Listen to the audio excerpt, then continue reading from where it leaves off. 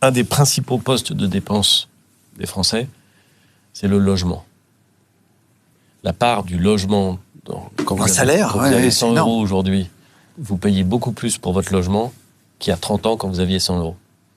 Donc la part augmente, ce qui veut dire que ce qui reste pour le reste diminue. C'est assez mécanique. Bon. C'est dingue. Et c'est un énorme problème.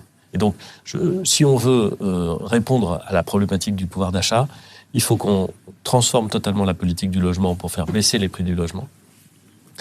Il faut que on pense autrement le financement de notre modèle social pour faire en sorte que tout le monde contribue et que l'essentiel du financement ne repose pas simplement sur le travail.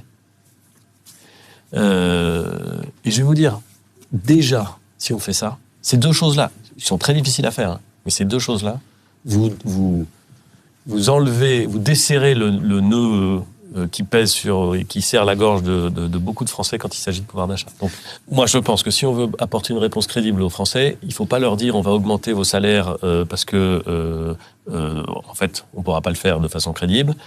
Il faut faire en sorte que le logement coûte moins cher et occupe une part moins importante de ce qu'on gagne et de ce qu'on paye. Et il faut transformer le financement du modèle social.